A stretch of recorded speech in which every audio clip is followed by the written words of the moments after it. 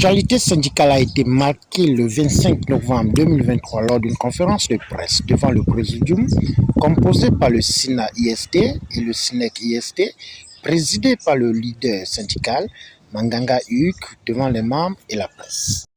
Depuis 3 ans, les primes de rendement des agents administratifs ne sont pas payées à l'IST. Cependant, il y a une semaine, l'agence comptable a procédé au paiement d'un trimestre. Et c'est avec étonnement que les membres syndiqués du SINA-IST, une douzaine, et les membres du SNEC-IST ont constaté des coupures inexpliquées sur les primes dues, en violation de certaines dispositions du droit du travail. C'est donc le lieu pour le SNEC-IST de dénoncer, une fois de plus, une fois de trop, les agissements de Mme Boulet-Viviane, directeur général de l'IST, qui, malgré son passé de syndicaliste, ne reconnaît aucun droit aux membres des syndicats légalement constitués de l'IST, à savoir le SINA-IST et le SNEC-IST. Comment comprendre l'acharnement de Mme le directeur général à l'endroit des partenaires sociaux, alors même que les décisions du conseil d'administration du 3 octobre 2023, présidées par le ministre de l'Enseignement supérieur, invitaient l'ensemble des partenaires sociaux à s'accorder sur une grille harmonisée des primes de rendement, mais également sur un montant soutenable de celle-ci. Cette interrogation est d'autant plus importante que les partenaires sociaux ont, à la suite du conseil d'administration du 3 octobre 2023, fait une proposition d'une grille harmonisée des primes de rendement de l'ensemble des personnels de l'IST à Madame le directeur général. À ce jour, aucune suite. Les primes de rendement sont fixées à la tête du client. Pourquoi Madame le directeur général de l'IST n'applique-t-elle pas les décisions du conseil d'administration du 3 octobre 2023 ? Pourquoi se place-t-elle au-dessus du conseil d'administration et de son président, à savoir le ministre de l'Enseignement supérieur, nommé par décret du président du comité de transition et de restauration des institutions CTRI, président de la République, chef de l'État, le général de brigade Brice Clotaire Olivier Guéma. Depuis quelques jours, le Trésor public a approvisionné le compte de l'IST d'un montant de 88 600 000 francs CFA environ. Cette somme aurait dû faire l'objet d'un arbitrage entre la direction générale et les responsables du SINA-IST et ceux du SNEC-IST, ce qui n'est pas le cas. Au moment où la tutelle s'emploie à apaiser le climat social par des rencontres régulières avec les différents syndicats de l'enseignement supérieur, Madame le directeur général de l'IST jette de l'huile sur le feu et rame à contre-courant.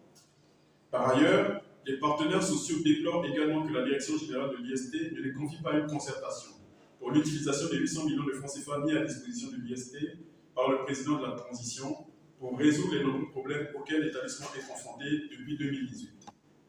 Comment comprendre cette propension du directeur général à ignorer les institutions de la hiérarchie alors que les enseignants attendent toujours le paiement de 3 semestres de vacations et le personnel 12 trimestres de prime.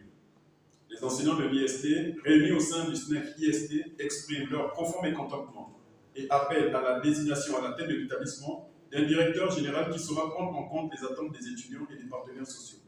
Le mouvement de grève n'étant que suspendu par l'Assemblée générale du 5 octobre 2023, les partenaires sociaux décident donc d'une journée de grève d'avertissement le mercredi 29 novembre 2023. Pour le SNEC-IST, le président Hugues Manganga. Après avoir tracé le cap de la dénonciation et incompréhension, le président du SNEC-IST, Manganga Hugues, n'a pas hésité de répondre aux questions de la presse venues pour la couverture médiatique. Les travaux de réhabilitation sont estimés à peu près à 350 millions. Et puis nous avons des problèmes d'équipement aussi. Nous avons 3 laboratoires d'informatique qui ne fonctionnent pas. Nous avons des serveurs qui sont dépassés, des machines qui sont obsolètes et elles ne marchent pas. Donc il faut acheter tous ces équipements. Je ne parlerai pas des tableaux, des chaises. Il y a un déficit de tables, il y a un déficit de chaises. Donc nous ne sommes pas dans les conditions de travail qui conviennent à un établissement de cette nature. Je ne parle pas des splits. Au sein de l'établissement, il n'y a que 2 salles climatisées sur 14. Quand il fait chaud, c'est difficile pour certains enseignants qui, bien entendu, sont âgés et ont une condition sanitaire assez difficile. Donc il y a un ensemble de questions qui concernent l'équipement des bâtiments, qui concernent aussi les primes de rendement et les vacations. Donc le troisième point, c'est les primes de rendement et les vacations. Ça, c'est le gros problème. Ça fait 2 ans que les enseignants attendent d'être payés. Vous êtes un enseignant vacataire, vous venez donner des cours pendant 2 ans, et vous attendez, bien entendu, qu'on vous rétribue. Donc il n'est pas question Lorsque vous n'êtes pas payé, je vais arriver, lorsque vous n'êtes pas payé, vous levez le pied. Alors, nous souhaitons, par cette journée de grève, d'arrêt du travail, interpeller non seulement la tutelle, mais aussi le gouvernement et au-dessus du gouvernement le CTRI. Car la situation à l'IST est urgente, elle est très urgente. Donc le climat social est délétère. Il ne tient que par la volonté des partenaires à continuer à faire en sorte que l'établissement fonctionne. Par exemple, et je vais finir sur ce point, nous avons reçu 88 600 000 francs, à peu près. Cet argent a servi à quoi? Cet argent a servi à payer les primes de rendement.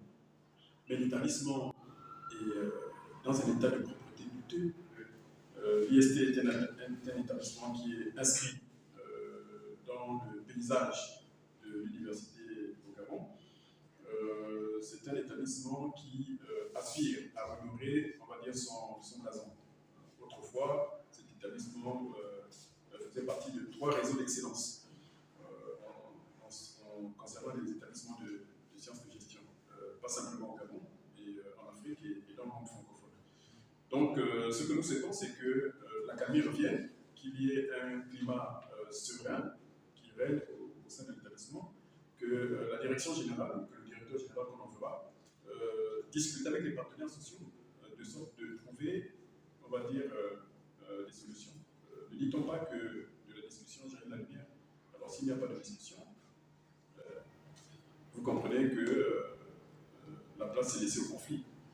Nous notons que les coupures inexpliquées des primes, le droit du travail, les agissements du directeur général de IST pour non-dialogue sérieux et serein, du moment où l'apaisement du climat social prôné par le président de la transition Brice Oligui Nguema, depuis son coup de grâce avec ses frères d'armes, le SNEC IST risque de rentrer en grève d'avertissement le mercredi 29 novembre 2023. Si rien n'est fait.